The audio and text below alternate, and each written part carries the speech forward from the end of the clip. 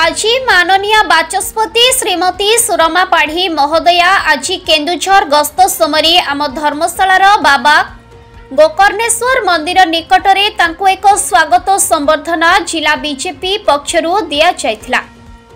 माननीय बाचस्पति श्रीमती सुरमा पाढ़ी महोदया आज केन्दुझर गस्त समय आम धर्मशालार बाबा गोकर्णेश्वर मंदिर निकटरे तांको एक स्वागत संबर्धना जिला बीजेपी पक्षरु संबर्धना प्रदान करा जायथिला।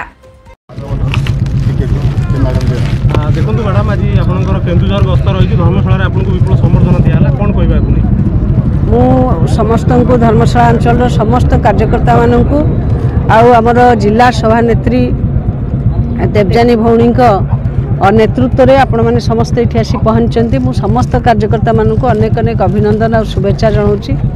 वास्तविक आज मु एक सांविधानिक दायित्व थिले मध्य भारतीय जनता पार्टी जो समस्त कार्यकर्ता मैंने आज ये उपस्थित रही स्वागत संबर्धना देते मुझे अंतर कृतज्ञता जनाऊँगी। से माने निश्चित भाव निजर सांगठनिक अभिवृद्धि कार्य नियोजित थे एवं आज ओडिशा राज्य में भारतीय जनता पार्टी नेतृत्व सरकार रही से माने दलीय कार्यकर्ता हिसाब से निश्चित भाव जनसाधारण अपेक्षा जन अपेक्षा मुताबक कार्य करुथिबे ए विश्वास मोर रही।